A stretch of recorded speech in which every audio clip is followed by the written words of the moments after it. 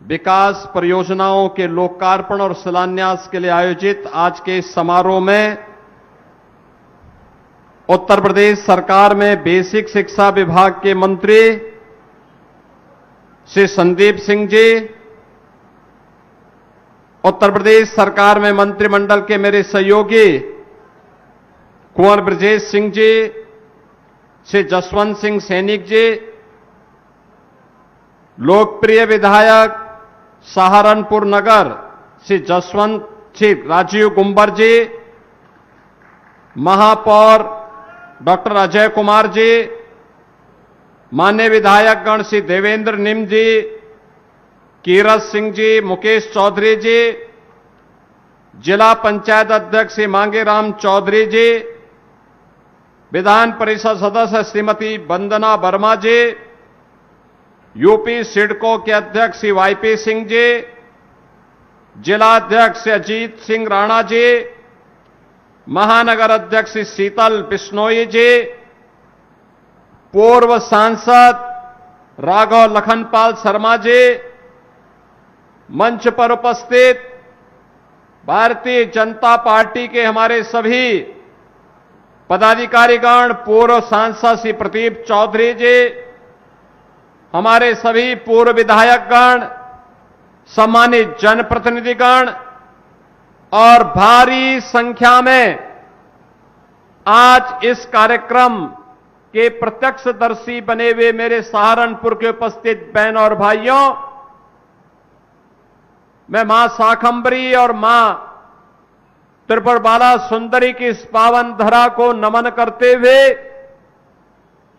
आप सभी का मैं अभिनंदन करता हूं कि मौसम की विपरीत परिस्थिति के बावजूद आप पिछले 3 घंटे से यहां बैठ करके इस कार्यक्रम को आगे बढ़ा करके सहारनपुर के विकास के लिए अपनी प्रतिबद्धता को यहां पर दिखा रहे हैं।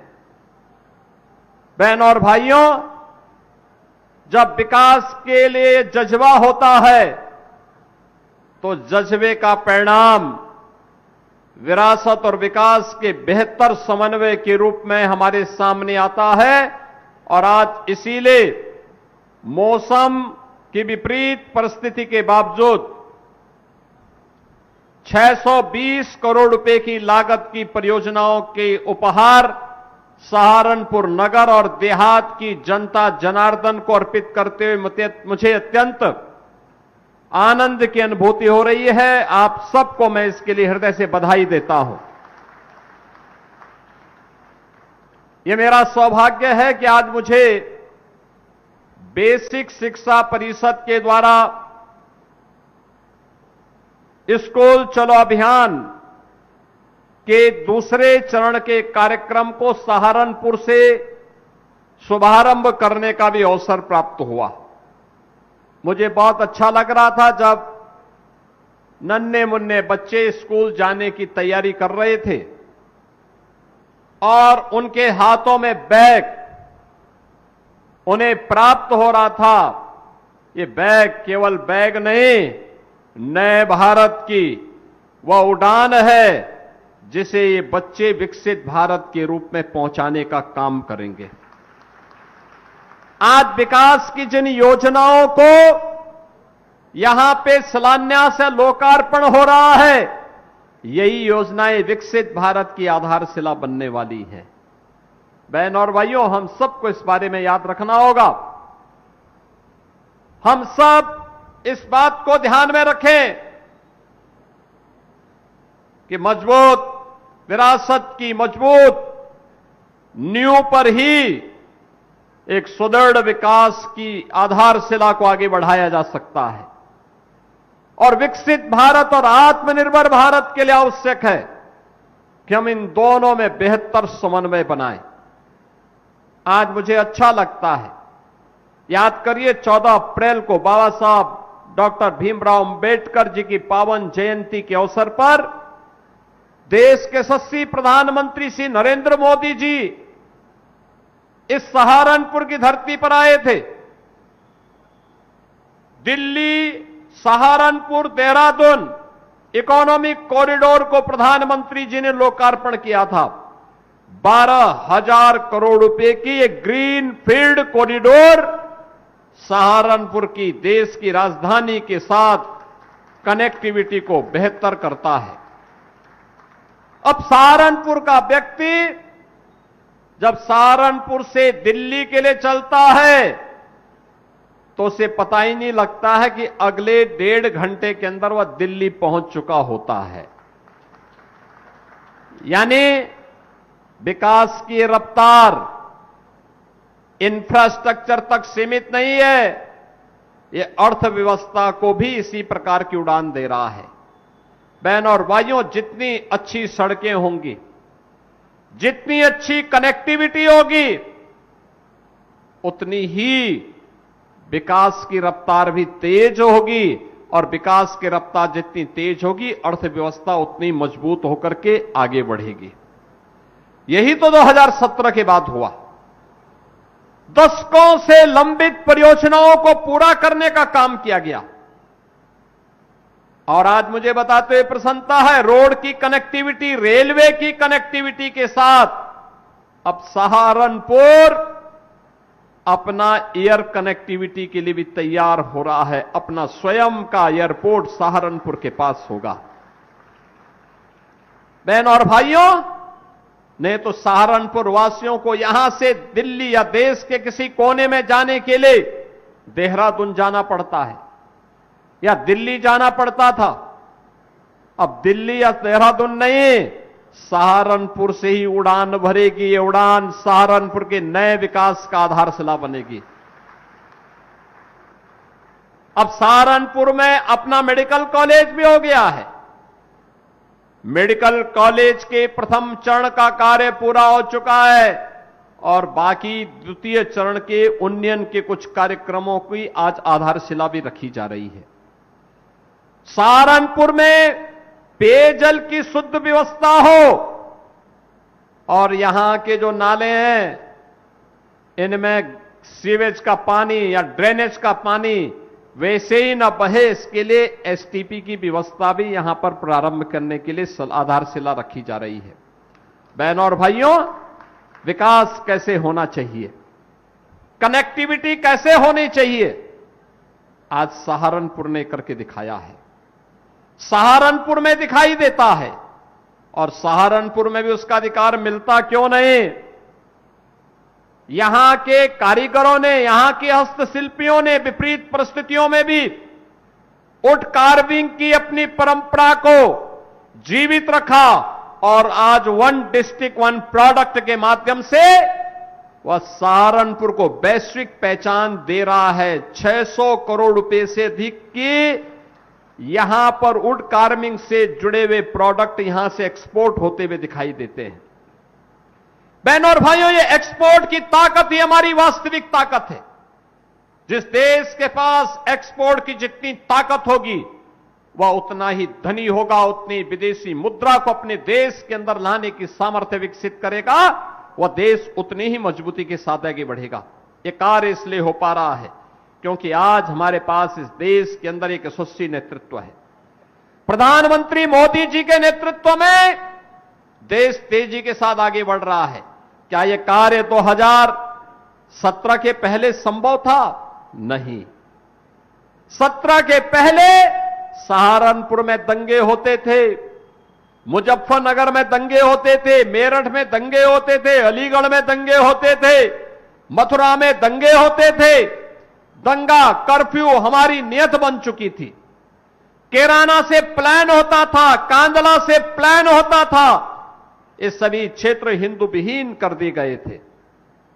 बहन और भाइयों, न बेटी तब सुरक्षित थी, न व्यापारी सुरक्षित था। कानून व्यवस्था तहस नहस हो चुकी थी। याद करिए 2011-12 में मुरादाबाद में डीआईजी पे हमला हो जाता है। मरा हुआ समझ करके लोग उपद्रवी वहां छोड़ करके तब गए। समाजवादी पार्टी की सरकार ने उन उपद्रवियों के खिलाफ मुकदमा नहीं चलाया, उनके केस वापस लेने का प्रयास कर रही थी। हमारी सरकार आई, हमने कहा उपद्रवी छोड़े नहीं जाएंगे, और मुझे बताते हुए प्रसन्नता है कि हम लोगों ने अभी पिछले दिनों उन सभी उपद्रवियों को सजा भी करवा दी है। बहनों और भाइयों, अब सहारनपुर में दंगा नहीं होता। अब सहारनपुर में मां शाकंभरी का भव्य कॉरिडोर का निर्माण हो रहा है, और हमारा प्रयास है। अभी पिछले दिनों जब मैं आया था,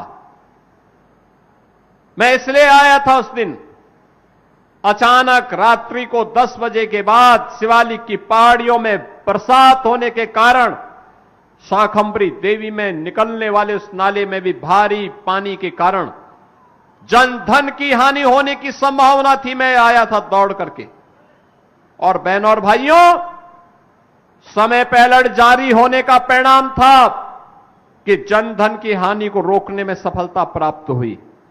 लेकिन आने वाले समय में सर्दी हो, गर्मी हो, बरसात हो, कोई भी सीजन हो, उस नाले में पानी आए चाहे सूखा रहे, लेकिन यातायात बाधित नहीं होगी। श्रद्धालुओं का मां के दरबार में जाना बंद नहीं होगा। ऐसे एलिवेटेड कॉरिडोर का निर्माण हम वहां के लिए करने जा रहे हैं। कार्य युद्धस्तर पर चल रहा है। आज आप जाइए, अब आप चले जाइए शाकंभरी देवी के दर्शन करने के लिए। कितना शानदार कॉरिडोर बन रहा है, कितना वहां पे फैसिलिटेशन सेंटर बन रहा है। ये 2017 के पहले एक सपना था। पैसा तब भी था, लेकिन पैसे का उपयोग कहां करना है, इसके लिए विजन नहीं था। ये पैसा या तो सपा के गुर्गों के द्वारा खा लिया जाता था, या यही पैसा कब्रिस्तान की बाउंड्री के लिए चला जाता था। आज मां शाकंभरी का कॉरिडोर उसी पैसे से तैयार हो रहा है। यही कॉरिडोर आज उस पैसे से तैयार हो रहा है। ये जो सड़कें बन रही हैं, कहीं स्मार्ट रोड की सड़कें हैं, कहीं इकोनॉमिक कॉरिडोर है, कहीं पे 4 लेन और 2 लेन की कनेक्टिविटी है, कहीं ब्रिजेज हैं। ये उसी पैसे से घर बन रहे हैं, जो पैसा आज सहारनपुर में भी दिखाई दे रहा है। ये वही पैसा है जो वुड कार्विंग के कारीगरों के जीवन को उन्नयन करने के लिए लग रहा है। विश्वविद्यालय के निर्माण में खर्च हो रहा है, स्पोर्ट्स कॉलेज के लिए खर्च हो रहा है, सरसावा में सिविल टर्मिनल के निर्माण में खर्च हो रहा है, रनवे की लंबाई बढ़ाने में खर्च हो रहा है। ये दृष्टिकोण का अंतर है। जिन लोगों में दृष्टि नहीं, उन लोगों ने विकास नहीं किया।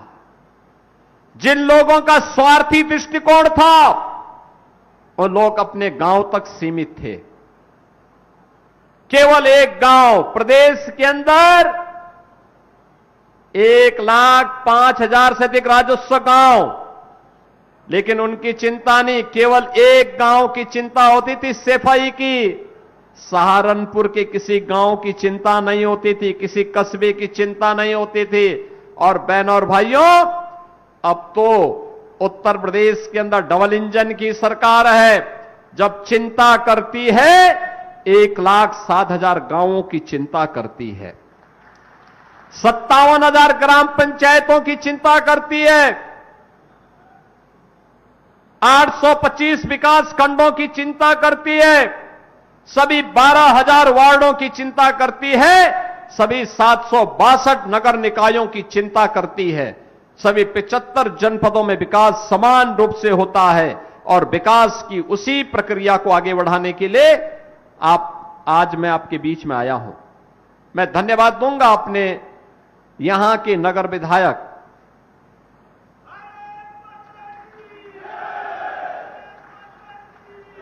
जिन्होंने लगातार विकास में रुचि ली, और विकास में रुचि लेने के साथ लगातार पैरवी करते हैं। राजीव कुंबर, उन्होंने विकास में रुचि ली तो आज बस स्टेशन आपके यहां बन रहा है।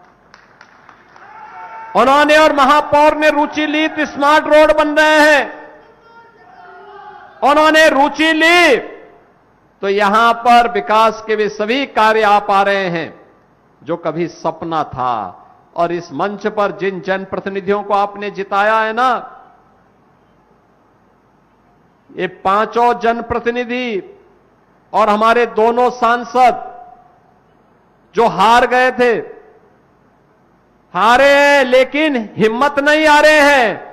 उन्होंने भी विकास के साथ हाथ कदम से कदम मिलाकर के चलने का संकल्प लिया।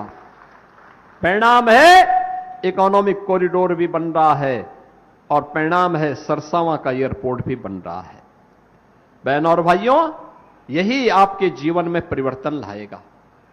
ये जाति के नाम पर बांटने वाले लोग आपको कमजोर कर रहे हैं। क्षेत्र के नाम पर बांटने वाले लोग आपको कमजोर कर रहे हैं। इनके बहकावे में आने की आवश्यकता नहीं। आप देखो ना इनका दोहरा चरित्र। ये लोग हैं जिन लोगों की कभी आस्था नहीं थी,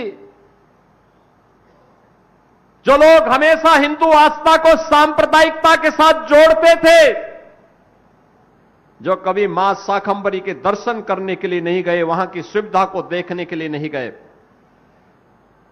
जिन लोगों ने काशी विश्वनाथ धाम का विरोध किया था, जो मथुरा वृंदावन का विरोध कर रहे थे, जो सुखतीर्थ का विरोध कर रहे थे, उपेक्षित छोड़ दिया था, जिन्होंने राम जन्मभूमि के हमेशा आंदोलन का विरोध किया था और राम जन्मभूमि पर भगवान राम का भव्य मंदिर न बने, इसके लिए उन्होंने एड़ी चोटी एक लगा दी थी। उन्होंने सुप्रीम कोर्ट में कह दिया कि भगवान राम हुए ही नहीं, कृष्ण हुए ही नहीं।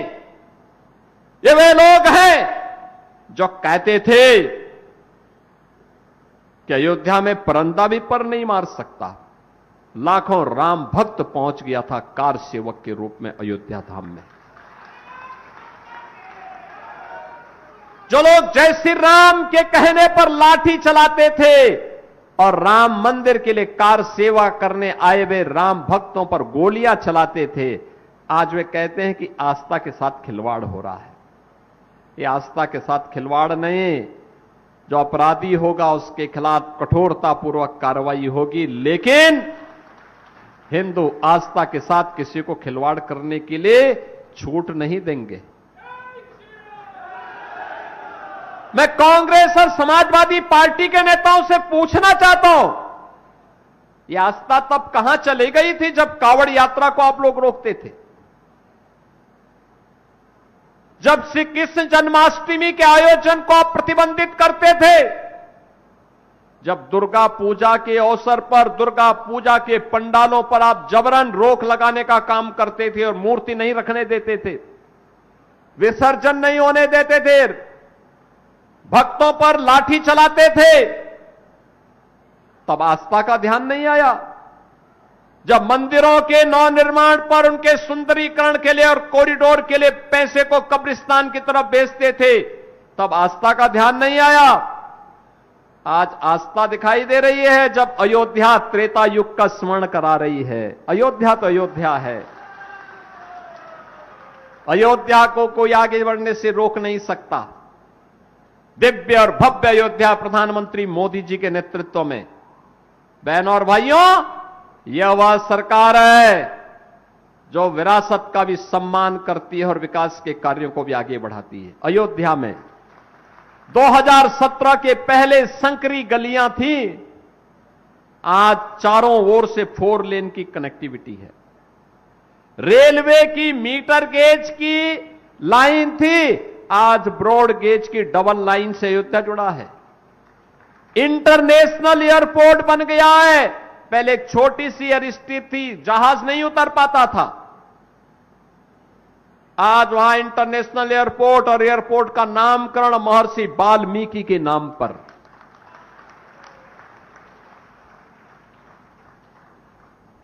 समाजवादी पार्टी तो जन्मजात सामाजिक न्याय से जुड़े हुए इन महापुरुषों के विरोधी रही है। वाल्मीकि के नाम पर, महर्षि वाल्मीकि के नाम पर समाजवादी पार्टी ने कुछ नहीं किया होगा। 4 बार सत्ता में थी, संत रविदास जी के नाम पे कुछ नहीं किया होगा।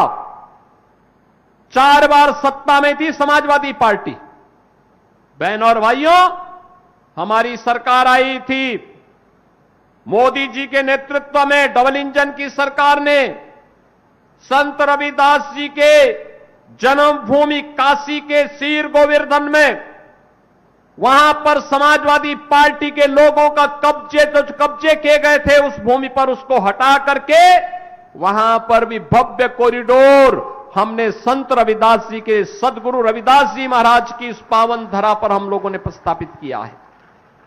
उनकी भव्य प्रतिमा बनी है, वहां पर अन्न क्षेत्र बना है, 4 लेन की कनेक्टिविटी दे दी है। इस समाजवादी पार्टी नहीं कर पाती। समाजवादी पार्टी ने तो बाबा साहब भीमराव अंबेडकर के नाम पर कन्नौज में बने हुए मेडिकल कॉलेज का नामकरण ही बदल दिया था। यानी कांग्रेस में गांधी नेहरू परिवार के नाम पर केवल कोई संस्थाओं का नाम होना चाहिए, और समाजवादी पार्टी की सरकार में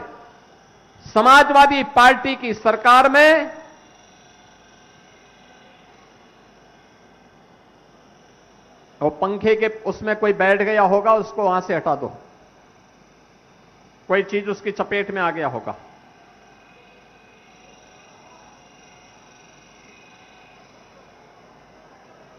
समाजवादी पार्टी की सरकार में, बहनों और भाइयों, समाजवादी पार्टी की सरकार में केवल सेफई परिवार के नाम से संस्थाओं का नाम होना चाहिए, बाकी किसी का नहीं।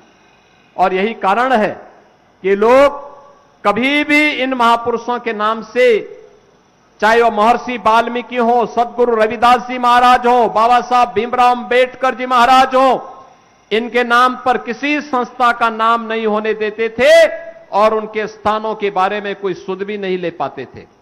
आज मुझे बताते हुए प्रसन्नता है, ये डबल इंजन की सरकार इसके लिए लगी हुई है, कार्य कर रही है, पूरी मजबूती के साथ इनके उन्नयन के लिए कार्य कर रही है, और साथ साथ नौजवानों के रोजगार के लिए, आधी आबादी की सुरक्षा और उनके स्वावलंबन के लिए पूरी प्रतिबद्धता के साथ कार्य कर रही है। आज जब सरकारी नौकरी के नियुक्ति पत्र वितरण करता हूं मैं लखनऊ में, सहारनपुर का नौजवान भी नियुक्ति पत्र प्राप्त करता है। पुलिस की भर्ती में जब नियुक्ति पत्र वितरित करता हूं तो सहारनपुर का नौजवान भी नियुक्ति पत्र प्राप्त करता है। अच्छा लगता है, क्योंकि सहारनपुर में मैं इसलिए बार बार आता हूं कि सहारनपुर वासियों को यह न लगे कि सहारनपुर एक कोने में है तो हमें उपेक्षित कर दिया गया। बार बार इसलिए आता हूं, ये दिखाने के लिए आता हूं कि आपके विकास के साथ, मजबूती के साथ हम खड़े हैं, पूरे मजबूती के साथ खड़े हैं। और बहनों और भाइयों, यही मजबूती हम सबको आगे बढ़ाएगी, आपके जीवन में, नौजवानों के जीवन में परिवर्तन लाएगी।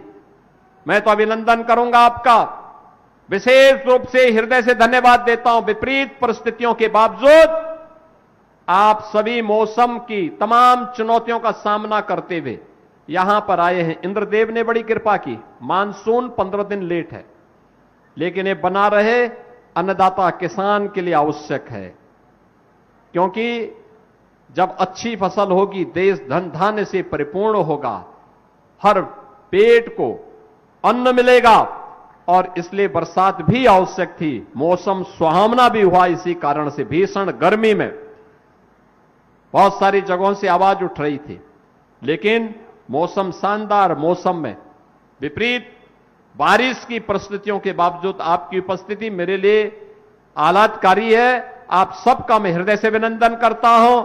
620 करोड़ रुपए की परियोजनाओं के लिए आप सहारनपुर नगर और देहात की जनता जनार्दन को बधाई देता हूं।